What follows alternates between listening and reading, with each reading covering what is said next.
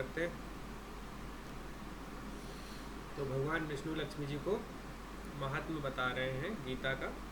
तो आज हम 6ठे अध्याय का महात्म्य पढ़ेंगे। तो ये महात्म्य पढ़ने का लाभ है, ये लाभ है कि हम 6ठे अध्याय का अगर नियमित पाठ करेंगे तो क्या लाभ होगा वो इसमें बताया गया। तो इस बात को ध्यान में रखना है हमें।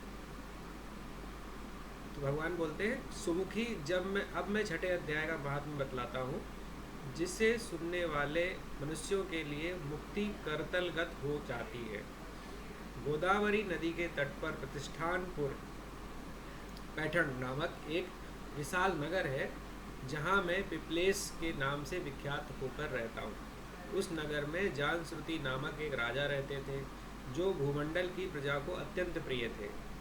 उनका प्रताप मार्तंड मंडल के प्रचंड तेज के समान जान पड़ता था।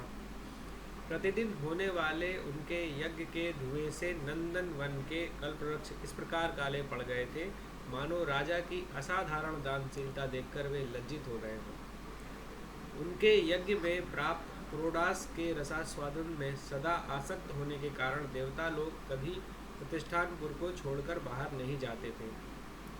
उनके दान के समय छोड़े हुए जल की धारा, प्रताप रूपी तेज और यज्ञ के धुओं से पुष्ट होकर मेघ ठीक समय पर वर्षा करते थे। उस राजा के शासनकाल में ईतियों, खेती में होने वाली 6 प्रकार की के उपद्रवों के लिए कहीं भी थोड़ा भी स्थान नहीं मिलता था और अच्छी नीतियों का सर्वत्र प्रसार होता था। वे बावली, कुएं और पोखरे खुदवाने के बहाने मानो प्रतिदिन पृथ्वी के भीतर की निधियों का अवलोकन करते थे। एक समय राजा के दान, तप, यज्ञ और प्रजा पालन से संतुष्ट होकर स्वर्ग के देवता उन्हें वर देने के लिए आए। वे कमल नाल के समान उज्ज्वल हंसों का रूप धारण करके अपने पंखों को हिलाते हुए आकाश मार्ग में चलने लगे। बड़ी उतावली के साथ उड़ते हुए वे सभी हंस परस्पर बातचीत भी करते जाते थे। उनमें से भद्रावस आदि 2-3 हंस वेग से उड़कर आगे निकल गए। तब पीछे वाले हंसों ने आगे जाने वाले हंसों को संबोधित करके कहा, अरे भाई भद्रास्व, तुम लोग वेग से चलकर आगे क्यों हो गए हो? यह मार्ग बड़ा दुर्गम है, इसमें हम सबको साथ मिलकर चलना चाहिए।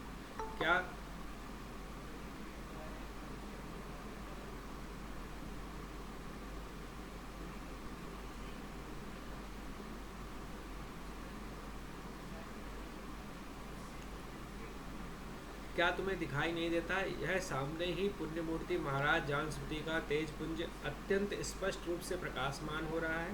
उस तेज से भस्म होने की आशंका है, अतः सावधान होकर चलना चाहिए।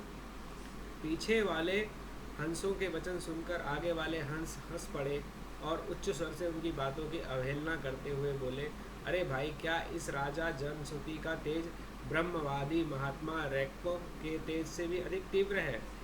हंसों की ये बातें सुनकर राजा जानश्रुति अपने ऊंचे महल की छत से उतर गए और सुखपूर्वक आसन पर विराजमान हो अपने सारथी को बुलाकर बोले, जाओ महात्मा रैक्को को यहाँ ले आओ।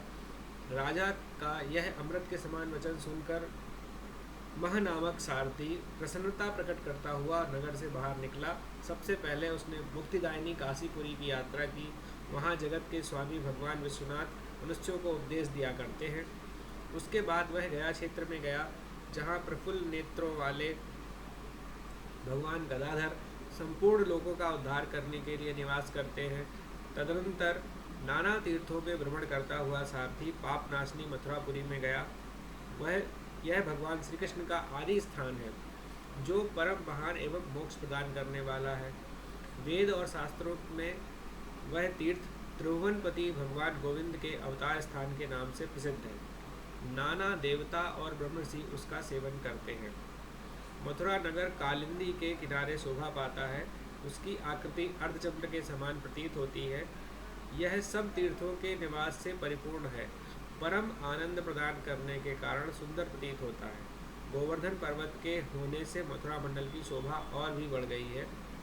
यह पवित्र वृक्षों और लताओं से आवृत है।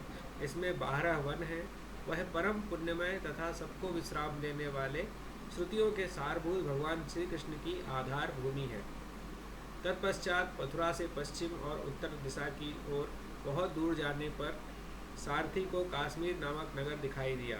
वहाँ शंख के समान उज्ज्वल गगनचुंबी महलों की पंक्तियाँ भगवान शंकर के अट्टहास की भांति शोभा पाती हैं, जहाँ ब्राह्मणों के शास्त्रीय आलाप सुनकर मूक मनुष्य भी सुंदर वाणी और पदों का उच्चारण करते हुए देवता के समान हो जाते हैं, जहाँ निरंतर होने वाले यज्ञ धूम से व्याप्त होने के कारण आकाश मंडल मेघों से धुलते रहने पर भी अपनी कालिमा नहीं छोड़ता, जहाँ उपाध्याय के पास आकर छात्र जन्मकालीन अभ्यास से ही संपूर्ण कलाएं स्वतः पढ़ लेते हैं, तथा जहाँ माणिक्येश्वर नाम से प्रसिद्ध भगवान चंद्रशेखर देहधारियों को वरदान देने के लिए नित्य निवास करते हैं।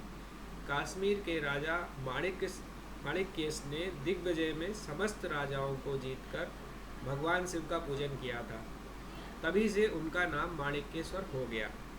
उन्हीं के मंदिर के दरवाजे पर महात्मा रैक्व एक छोटी सी गाड़ी पर बैठे अपने अंगों को खुजलाते हुए वृक्ष की छाया का सेवन कर रहे थे। इसी अवस्था में सारथी ने उन्हें देखा। राजा के बताए हुए भिन्न भिन्न चिन्हों से उसने चिन्ह शीघ्र ही रैक्व को पहचान लिया और उनके चरणों में प्रणाम करके कहा, ब्राह्मण, आप किस स्थान पर रहते हैं? आपका पूरा नाम क्या है? आप तो सदा स्वच्छंद में विचरने वाले हैं, फिर यहाँ किस लिए ठहरे हैं? इस समय आपका क्या करने का विचार है? सारथी के ये वचन सुनकर परम आनंद में निमग्न महात्मा रैक्व ने कुछ सोचकर उनसे कहा, यद्यपि हम पूर्ण काम हैं, हमें किसी वस्तु की आवश्यकता नहीं है, तथापि कोई भी हमारी मनोवृत्ति के अनुसार परिचर्या कर सकता है। रैक्व के हार्दिक अभिप्राय को आदरपूर्वक ग्रहण करके सारथी धीरे से राजा के पास चल दिया। वहाँ पहुंचकर राजा को प्रणाम करके उसने हाथ जोड़कर सारा समाचार निवेदन किया। उस समय स्वामी के दर्शन से उनके मन में बड़ी प्रसन्नता थी। सारथी के वचन सुनकर राजा के नेत्र आश्चर्य से चकित हो उठे। उनके हृदय में रैक्व का सत्कार करने की श्रद्धा जागृत हुई। उन्होंने 2 खचरियों में जुती हुई एक गाड़ी लेकर यात्रा की। साथ ही मोती के हार, अच्छे अच्छे वस्त्र और 1 सहस्र गौएं भी ले ली। कश्मीर मंडल में महात्मा रैक्व जहाँ रहते थे उस स्थान पर पहुंचकर राजा ने सारी वस्तुएं उनके आगे निवेदन कर दी और पृथ्वी पर पड़कर साष्टांग प्रणाम किया। महात्मा रैक्व अत्यंत भक्ति के साथ चरणों में पड़े हुए राजा जान श्रुति पर कुपित हो उठे और बोले, रे शूद्र, तू दुष्ट राजा है, क्या तू मेरा वृत्तांत नहीं जानता? यह खचरियों से जुती हुई अपनी ऊंची गाड़ी ले जा। ये वस्त्र, ये अलौकिक ये मोती के हार और ये दूध देने वाली गौएं भी ले जा। इस तरह आज्ञा देकर रैक्व ने राजा के मन में भय उत्पन्न कर दिया। तब राजा ने शाप के भय से महात्मा रैक्व के दोनों चरण पकड़ लिए और भक्तिपूर्वक कहा, ब्राह्मण, मुझ पर प्रसन्न होइए। भगवान, आप में यह अद्भुत महात्म्य कैसे आया? प्रसन्न होकर मुझे ठीक ठीक बताइए। रैक्व ने कहा, राजन, मैं प्रतिदिन गीता के 6ठे अध्याय का जप करता हूँ। इसी से मेरी तेजो राशि देवताओं के लिए भी विषय है। तदनंतर परम बुद्धिमान राजा जांश्रुति ने यत्नपूर्वक महात्मा रैक्व से गीता के 6ठे अध्याय का अभ्यास किया।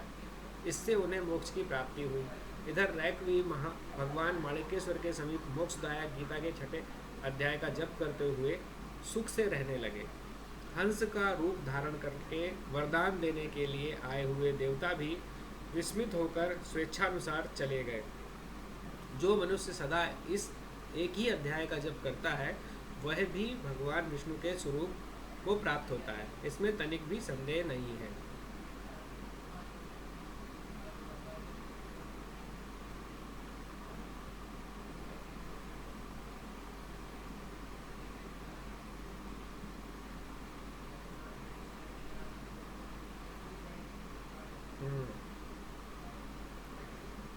कहानी तो समझ में आ गई, बस आसान कहानी थी, लेकिन करना क्या है ये इम्पोर्टेंट है। राजा बहुत ही जिसे कहते हैं, इसमें देखो अब समझना क्या है, जैसे अभी हर दिन हम लोग अलग अलग चीज़ों को कंपेयर कर रहे हैं। अगर देखोगे तो पिछले 5 दिन में अलग अलग तरह के लोग आए। पहले शुरुआत में क्या बताया कि गिरे से गिरा पापी भी गीता पढ़ सकता है और गीता पढ़ के उसका उद्धार हो सकता है। पहले के अध्याय में महात्म्य इस तरह से आया। आज के महात्मा की खासियत क्या थी? जो राजा था वो बहुत महान था एक तरह से, क्योंकि उसने इतने यज्ञ किए, इतना दानवीर था, तपोनिष्ठ था, सब कुछ अच्छा था उस राजा का। उसके बाद भी उस राजा से भी ज़्यादा तेजस्वी कोई है ऐसा देवता जो हंस के रूप में जा रहे थे, उनके थ्रू उसने बात पता चली उसे कि भाई इतना सब महान यज्ञ करने के बाद, इतनी तपस्या करने के बाद, इतना दान देने के बाद भी मेरे से भी आगे कोई है। तो वो जानने की इच्छा हुई उसमें, और इसमें ये भी नहीं रहा कि राजा में कोई अहंकार था। अगर उसको लगा कि मेरे से अच्छा कोई है तो उसको जानने के लिए उसने पहले सारथी भेजा और फिर उनके पास खुद गया। लेकिन क्योंकि जो महात्मा, जो सिद्ध पुरुष होते हैं, उनको कुछ चाहिए नहीं है। उनके सामने ये राजा की भेंट अपनी लेके गया, अपने आप को बड़ा दिखाने के लिए। दोनों ने सीधे डांट दिया कि भाई तुम अपने राजापना अपने पास रखो, मेरे सामने राजा बन के नहीं आ सकते। जो इम्पोर्टेंट चीज़ है कि ज्ञानी के पास में अगर ज्ञान लेने जाना है तो आपको छोटा बन के जाना पड़ेगा। आपके पास विनम्रता होनी चाहिए, ना कि अहंकार, क्योंकि ये सारी तो अहंकार को दिखा रहे हैं कि मैं राजा हूँ। तो उन्होंने झिड़क दिया उसका। फिर जब उसने हाथ जोड़े, प्रणाम किया उसने, तब उन्होंने अपना रहस्य बताया कि गीता का 6वां अध्याय का नियमित सेवन करने से ही, या पाठ करने से उसका ये इस अवस्था में पहुंचा है कि वो जीवन मुक्त हो गए। तो है क्या? तो मैंने सोचा था कि आज अभी जैसे हम लोग थोड़ा थोड़ा अध्याय के बारे में जान लेते हैं। तो गीता के 6ठे अध्याय में शुरुआत में भगवान बताते हैं कि जो 2 श्लोक उस बात के हैं कि आप ही अपने शत्रु हो, आप ही अपने मित्र हो। कोई दूसरा आपका मित्र या शत्रु नहीं है। अगर आपने अपने आप पर विजय प्राप्त कर ली है, अपने मन को भी जीत लिया है, तो आप अपने मित्र हो, और अगर आप अपने मन के गुलाम हैं तो आप अपने शत्रु हैं। ये शुरुआत है, ठीक है। फिर उसके बाद भगवान ने क्या कहा कि योग का, ध्यान योग का इसमें वर्णन आता है इस अध्याय में। तो ध्यान योग करना कैसे है? तो उन्होंने बताया कि एक साफ सुथरे स्थान पर बैठें, फिर आसन लगाएं। आसन क्या है उन्होंने बताया। अब वो तो जंगल के हिसाब से उन्होंने पहले कि कुछ बिछाना है, फिर वृक्षाला बिछानी है, फिर कपड़ा बिछाना है, उसके ऊपर बैठना है। वो ज़्यादा ऊंचा नहीं होना चाहिए, ज़्यादा नीचा नहीं होना चाहिए। अब ऊंचा नीचा उस ज़माने में क्या था, क्योंकि आप जंगल में कहीं रह रहे हो, अगर थोड़ा सा ऊंचा रखना है इसलिए ज़रूरी है कि छोटे छोटे कीड़े मकोड़े ना वहाँ पे पहुँचेंगे, उस तरह से नहीं आएंगे। और बहुत ऊंचा रहेगा तो आपके गिरने वरने का भी डर रह सकता है कि भाई अगर आप ध्यान लगा के बैठे हो, ध्यान नहीं रहा तो लुढ़क गए। तो उस हिसाब से ना ज़्यादा ऊंचा हो ना ज़्यादा नीचा हो, फिर शुद्ध हो। और उसके बाद बैठना कैसे है? तो उन्होंने कहा कि बैठना ऐसे है कि आपकी कमर, गर्दन और सिर एक सीध में हो, मतलब रीढ़ की हड्डी सीधी है, ये स्थिति में हो। फिर क्या करना है? देखना कहाँ है? देखना है आपकी दृष्टि होगी नासिका के अग्रभाग पर, यहाँ पर आपकी दृष्टि टिकी हो, है ना। और फिर आपको ध्यान क्या करना है? फिर ध्यान उसको करना है जो सृष्टि का संचालक है, जो भी आप, अब वो गुरु के ऊपर है, आपको गुरु ने किस तरह का ध्यान सिखाया है। इस अवस्था के बाद उस ध्यान को करना है, जो भी आपको ध्यान सिखाया हुआ है उस ध्यान को करें, नहीं तो अपनी सांसों पर ही ध्यान दे सकते हैं। ये करते करते करते करते आप उस अवस्था को पालेंगे, उसका रियलाइजेशन हो जाएगा, यहाँ पे बताया। अब अर्जुन ने पूछा कि भगवान ये बताओ कि ये तो कठिन लग रहा है काफ़ी, मन को रोकना, बैठे ही नहीं जाता आदमी से एक जगह सीधा, कैसे बैठेगा? फिर कैसे नाक के ऊपर ध्यान देना है, फिर सांस पर ध्यान देना है, या जो ध्यान करने की आप बात कर रहे हो एक जगह लगातार बैठे रहो, तो वो सब कैसे करेगा? तो भगवान ने कहा कि हाँ मुश्किल तो है, लेकिन इसको अभ्यास और वैराग्य, 2 चीज़ें हैं। लगातार प्रैक्टिस करेंगे और वैराग्य के साथ, मतलब थोड़ा डिटैचमेंट के साथ, तो ये संभव भी है। तो लगातार अभ्यास करना है और थोड़ा थोड़ा वैराग्य रखना है, तो उससे संभव है, कर लेगा। और एक चीज़ बताई कि भगवान ने कि योगी के लिए क्या क्या है। योगी के लिए अति बिल्कुल नहीं करनी उसे, ऐसा नहीं करना है कि खाना छोड़ देना है, ऐसा भी नहीं करना है कि खाते ही जाना है। तो उसमें क्या बताया? युक्ताहार विहार, मतलब एक ठीक ठीक खाना खाना है, ठीक ठीक चलना फिरना है, अपने काम ठीक ठीक तरीके से करने हैं। उसके बाद सोना भी है, और ये नहीं करना है कि सोते ही रहना है, ना ऐसा करना है कि जगते ही रहना है। कि नहीं, हम जो लोग तपस्वी और योगी में अंतर होता है। ये तपस्वी अति करते हैं, योगी समता में रहते हैं, एक समन्वय निभाना। तो ये बहुत इम्पोर्टेंट है कि यो आप ध्यान जो कर रहे हैं लोग, वो ऐसे पागलों के जैसे ना शुरू हो जाए कि अरे आज हम सीधे 12 घंटे लगातार ध्यान कर लेते हैं, आज हम खाना बिना खाए करेंगे, कोई सत्व बढ़ाना है तो खाना ही नहीं खाते, कोई भी वो नहीं रहेगा, फिर सोएंगे नहीं, लगातार रात भर बैठ के ध्यान करेंगे। ये सब मूर्खताएं करने से भगवान ने साफ मना किया है, गीता में एकदम स्पष्ट है कि युक्ताहार विहार। ठीक है। इसके बाद ये हो गया तो अर्जुन को भी, अर्जुन के प्रश्न का उत्तर भी दे दिया। फिर अर्जुन के एक और प्रश्न मन में आया कि मान लो कि कोई आदमी ध्यान साधना ये सब कर रहा है और मर गया, पहले ही मर गया, उसको पहले भगवान की प्राप्ति होती, कुछ सिद्धि मिलती, इससे पहले ही वो मर गया, तो उसका क्या होगा? क्या उसकी पूरी साधना बेकार हो जाएगी? तो इस बात को भगवान ने कहा कि उसका ना इस दुनिया में नुकसान है, ना आगे वाली जो मरने के बाद उसे जो लोक मिलना है उसमें, उसका सिर्फ फ़ायदा ही फ़ायदा है। इससे इस लोक में अगर सिद्धि मिली तो फ़ायदा है ही, अगर नहीं मिली, मान लो पहले मर गया, तो वो दो तरह की गतियाँ पाता है।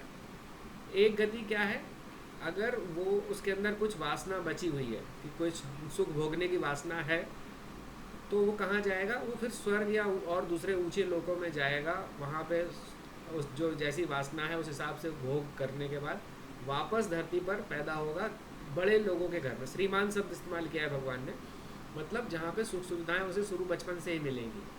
और अपने आप से एक समय आएगा जब उसको साधना करने का मन करेगा, वो साधना करेगा, बड़ी तीव्रता से करेगा, क्योंकि उसे याद सा लगेगा कि हम पहले साधना करिए और हम सफल नहीं रहे, इस बार हमें सफल होना है, तो और जोर लगा के करेगा और वो सफल होगा।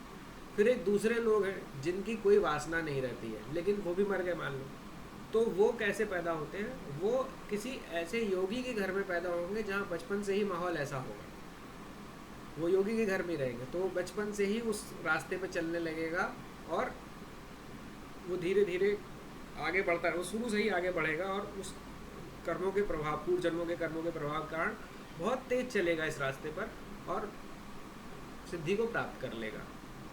ये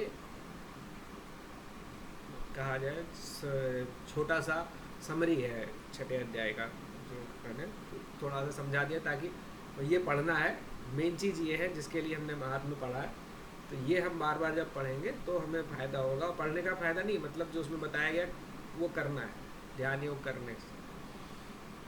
ठीक है। अभी मन में कोई प्रश्न है किसी के तो आप पूछ सकते हो।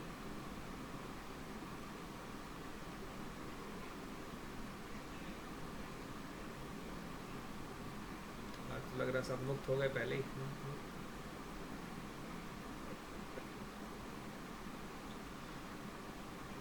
कोई प्रश्न नहीं है? बहुत अच्छे, तो चलो फिर ध्यान ही करते हैं।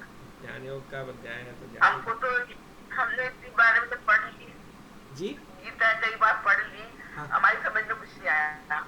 जो ये जो आया हाँ। कर्म किए जा, फल की चिंता मत कर, और किसी को बुरा मत बोल, किसी को बुरा मत बोल, हाँ। अपने काम से काम रख, ये जीवन का ये देखा हमने, तो और कुछ समझ नहीं आया। नहीं तो आज जो मैंने बताया ये आपको मिला नहीं था क्या? ये 6ठे अध्याय में तो ही अभी है। भी ये पढ़ा था, 6ठे अध्याय में है, आप पढ़िएगा। 6ठे का ही तो मैं पढ़ के चुकी हूँ अभी। हाँ हाँ, तो आपको जो मैंने बोला वही सब है ना, कुछ और तो नहीं बोला। पढ़ा दी थी। देखिए जो आपने पढ़ा वही मैंने बोला है। आप तो एक स्टोरी सुनाते हैं ना, कुछ स्टोरी तो इसमें होती। हाँ हाँ। नहीं, स्टोरी तो मेरा मतलब ये है स्टोरी कि पद्म पुराण से इतना हमें समझ में नहीं आती है गीता। नहीं, गीत देखिए, गीता पद्म पुराण की, समझ में नहीं आने के वो सोच छोड़ दीजिए।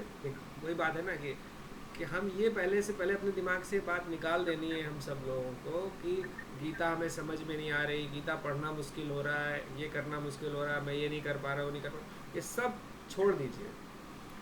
आप क्या कर सकते हो पहले उस पर ध्यान दो। ठीक है, क्या नहीं कर सकते इस पर ध्यान नहीं देना है, क्या कर सकते हैं इस पर ध्यान देना है। तो हम क्या कर सकते हैं? आपके पास किताब है, आपको संस्कृत पढ़ने में दिक्कत है, कोई बात नहीं, आप हिंदी पढ़ पा रहे हो आराम से। अभी मैंने जो बोला सब हिंदी में बोला, और आप अगर उसकी किताब की हिंदी में देखोगे यही सब लिखा है जो मैंने बोला है। मैंने सारे श्लोक नहीं बताए, उसमें करीब 40 से ज़्यादा श्लोक है, लेकिन मैंने उन जो मेन श्लोक है, जो उसमें सार है उसका, वो सब मिला के आपको बता दिया कि 6ठे अध्याय का मेन पहला चीज़ बताया भगवान ने कि आप ही अपने शत्रु या मित्र हो। अगर आप अपने आप को नियंत्रित कर पा रहे हो और नहीं कर पा रहे हो। फिर ध्यान योग कैसे करना है, कैसे बैठना है, क्या ध्यान करना है, ये बताया भगवान ने। फिर बताया कि मन भटक जाएगा तो उसको वापस कैसे लाना है। तो मन जाएगा किसी न किसी विषय में, भाई कभी क्या तो कान के विषय में, नाक के विषय में, आँख के किसी न किसी विषय में जाएगा, तो उससे वापस उठा के वापस वहीं ले आना है। कि मान लो कि आप भगवान की मूर्ति का ध्यान कर रहे हो तो भगवान की मूर्ति पे ले आना है। अगर आप सांसों पे ध्यान कर रहे हो तो सांसों पे ले आना है। अगर मंत्र पे आप ध्यान कर रहे हो तो मंत्र पे ले आना है। जो भी जैसा भी आप ध्यान कर रहे हो उस हिसाब से वापस ले आना है। यही करते रहना है, करते रहना है, करते रहना है। और लेकिन इसमें अति नहीं करनी है कि खाना छोड़ दिया, सोना छोड़ दिया, या बहुत ज़्यादा खाया, बहुत ज़्यादा सोए। तो उसमें एक संयम बरत रही, अपने काम को ठीक ठाक तरीके से करते हुए आपको नियम से करना है, लंबा करना है और नियम से करना है। जैसे आप रोज़ सुबह आधा घंटा ध्यान करते हो, शाम को आधा घंटा करते हो, तो ये सुबह शाम करते रहना है सालों। तो फिर धीरे धीरे धीरे धीरे करके मन की शुद्धि जैसे जैसे ज़्यादा अच्छे से होती जाएगी, उतने ही जल्दी आपके भीतर वो जो बैठे हैं कृष्ण ओढ़ आड़ के, वो अपना धीरे से कंबल हटा देंगे और आपको दिखा देंगे कि मैं देखो यही बैठा हूँ। ये है, बस इतना सा काम है। और उसके ज़्यादा सोचिए नहीं कि मेरे से हो रहा है कि नहीं हो रहा है। आपसे जितना आधा घंटा का ध्यान हो रहा है, गुरुजी ने जो सिखाया है आपको, आप वो करते रहिए बस। बाकी समझ में आया नहीं आया ना, वो उनकी इच्छा है। आप सोचिए ना कि मैं आपको समझा रहा हूँ, अब मुझे हंसी आती है कई बार। आप सालों पहले से मेरे से साधना कर रहे हो, ध्यान कर रहे हो, सब कुछ पता है, मैं क्या आपको समझाऊंगा। लेकिन अब ये कर्म का खेल है कि मेरे कर्म में लिखा है कि मुझे आपको के बारे में आप लोगों को ऐसे बताना है, तो मैं बता रहा हूँ। लेकिन इसमें मेरी कोई इसमें वाहवाही नहीं है। मेरे को जैसे करना है, आप जैसे कि बल्ब को बिजली जला रही है, अब बल्ब का है मैं रोशनी देता हूँ, बल्ब रोशनी नहीं दे रहा है। हमें हमेशा याद रखना है, बिजली रोशनी देती है। ऐसे ही पंखा अपने आप को देखे कि मैं हवा देता हूँ, तो वो पंखा हवा नहीं देता है, बिजली हवा देती है। ये बात को हमें दिमाग में रखना है कि मैं आपको बता रहा हूँ तो मैं नहीं बता रहा हूँ, मैं तो एक इंस्ट्रूमेंट हूँ, बिजली के बल्ब के जैसे, पंखे के जैसा हूँ। जो भीतर से है वो आपके भीतर ही बैठा है। अभी उसने ये रूप में आपको बताने के लिए सोचा है तो वो ये रूप में बता रहा है। ये बात को क्लियर रखना है, ना किसी के बारे में ये सोचना अरे ये देखो बेचारा इतने जल्दी उम्र में सीख गया, मैं नहीं सीख पाया, या ये संस्कृत बोल लेता है, मैंने, उसका कोई मतलब नहीं है। हमें बार बार भगवान को याद करना है और कुछ नहीं। मैंने अभी 2 दिन पहले जब बोला था ना, आपको याद होगा कि भगवान ने अर्जुन को सिर्फ यही कहा है कि मुझे याद रखो और काम करो, और कुछ नहीं कर रहा है। सिर्फ एकमात्र इतना ध्यान रखना है। पूरी गीता का सार है, आप अपना जो काम करते हो करते रहो, घर के काम कर रहे हो, बाहर के काम कर रहे हो, बस याद उसको रखना है कि वो हमारे साथ है, सदैव है, हर क्षण है, हर पल है। और रूप बदल बदल के आ सकता है, कोई ज़रूरी नहीं है कि वो एक ही आपको लगे कि हमें बस वही याद है भैया कि वो उस ज़माने की ड्रेस, अरे वो 5000 साल पहले की ड्रेस थी। आज के ज़माने में देखो किसी भी रूप में आ सकता है। वो कोट पैंट पहन के आ सकता है, और वो टी शर्ट जीन्स पहन के आ सकता है, वो लोअर टी शर्ट पहन के आ सकता है, वो नंगा उगारा भी आ सकता है, उसकी मर्जी। तो वो तो किसी भी रूप में आ सकता है। जब आप भागवत पढ़ो तो भगवान के इतने अवतार हुए हैं, हर अवतार की ड्रेस अलग है। एक से एक फैंसी ड्रेस पहन के आए भगवान। कभी शेर का मुखौटा लगा के आ गए, कभी सुअर का मुखौटा लगा के आ गए हैं। तो वो तो उनकी मर्जी है। तो वो तो किसी भी रूप में आ सकते हैं, उनके पास पूरी छूट है। हाँ, तो वैसे ही भाव रखना है कि वो हर जगह है, हर रूप में है, कहीं भी कभी भी कैसे भी हमें अपना एहसास दिला सकता है। और जैसे जैसे धीरे धीरे ये एहसास बढ़ता जाएगा तो हर रूप में वो दिखने लगेगा। फिर वो आपको दिक्कत नहीं होगी कि पहचानने में कि पकड़े गए। कि जैसे एक संत थे, एक संत के पास वो रोटी बना रहे थे, एक कुत्ता आया और रोटी लेके भागने लगा। तो वो दौड़े दौड़े घी का कटोरा लेके उसके पीछे पीछे कि अरे ठाकुर घी तो अभी चुपड़ लो फिर खाना आराम से, ऐसे सूखी रोटी क्यों खा रहे हो। तो वो कुत्ते में पूरी तरह से भगवान को समझ रहे हैं, तो भगवान को प्रकट होना पड़ा कुत्ते के रूप में भी। तो भाव है हमारा, तो उसमें केवल हमें उस बात पे ध्यान देना है। आप ये निश्चिंत हो जाइए कि संस्कृत नहीं पढ़ पा रहे, गीता में समझ में नहीं आ रहा, कोई बात नहीं। अभी जो हमने बात की हिंदी में करी, ये बात तो समझ में आ रही ना। आपको ध्यान करना आता है, आपने सीखा हुआ है, सहज सीखा हुआ है, आप ध्यान करिए सुबह शाम, बस सहज से ही आपको पूरा मिल जाएगा। कुछ और करने की ज़रूरत नहीं है। सहज इतना पावरफुल ध्यान है, आप सुबह शाम करते रहेंगे तो।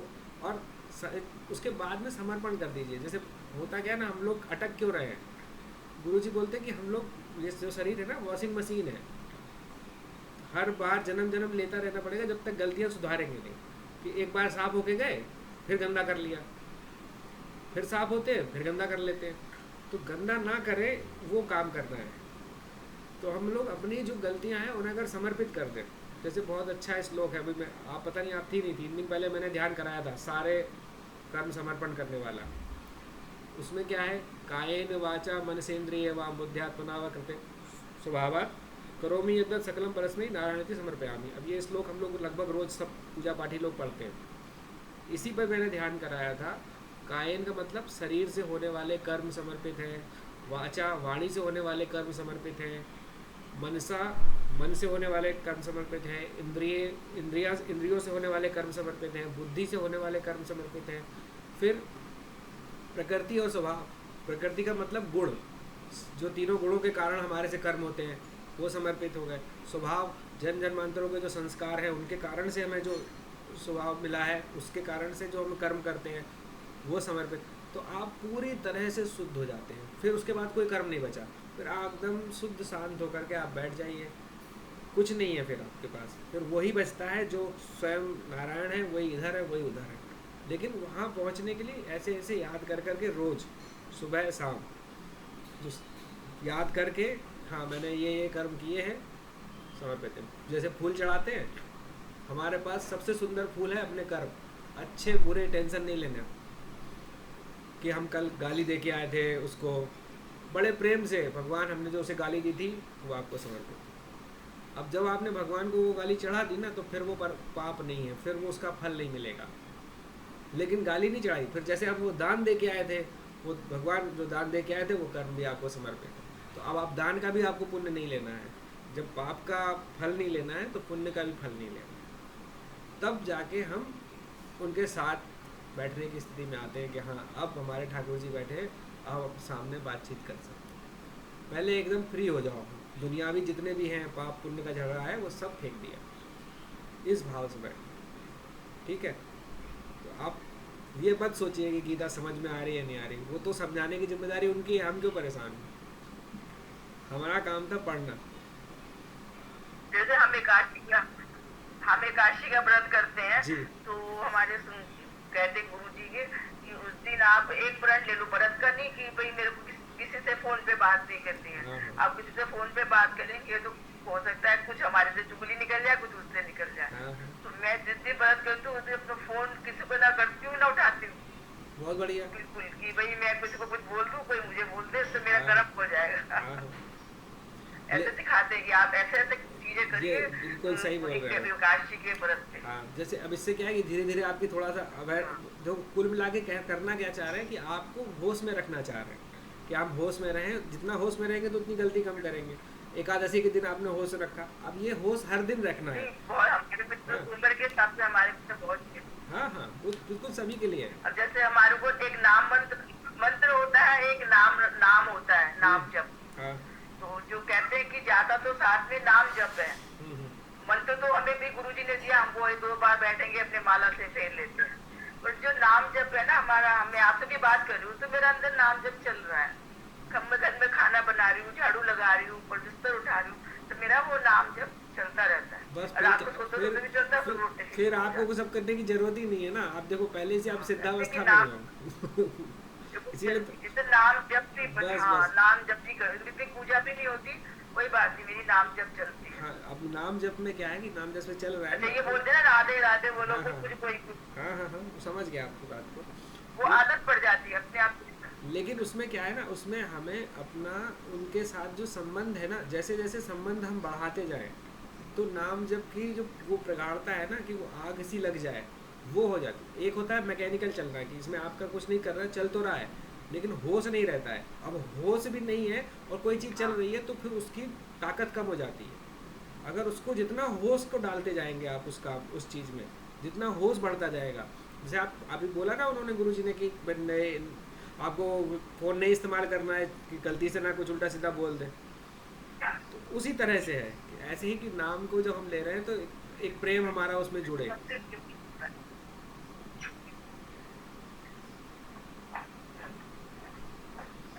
ठीक है, आपको जाना है तो आप जाइए, कोई बात नहीं, कुछ काम करना है ना आपको तो। ठीक है, आज वैसे ही 5 मिनट एक्स्ट्रा हो गया, चलिए। कोई और प्रश्न नहीं है ना, तो फिर हम समापन करते, थोड़ी देर भगवान का नाम ले लेते, आराम से बैठ जाते हैं।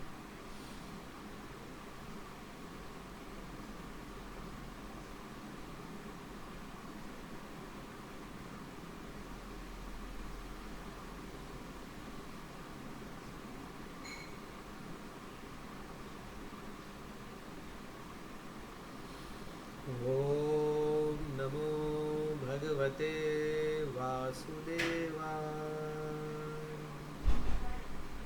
ओम नमो भगवते वासुदेवाय।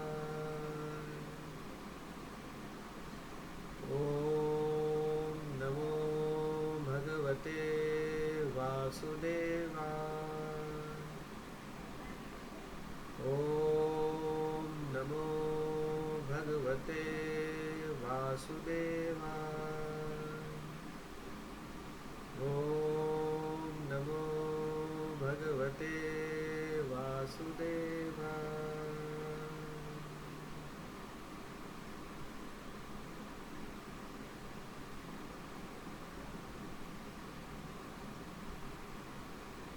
आज की कथा के पाठ और जो भी भगवान का नाम लिया, जो भी हमने सत्संग किया, उसका जो भी पुण्य फल है सब हम अपने पितरों को अर्पित कर रहे हैं। इस भाव से उनके चरणों में रख दें, भगवान के चरणों में रख दें।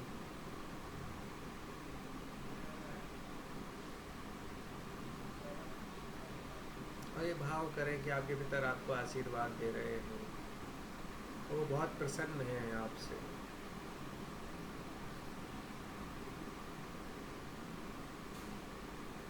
ओम शांति शांति शांति। धीरे धीरे आंखें खोलें।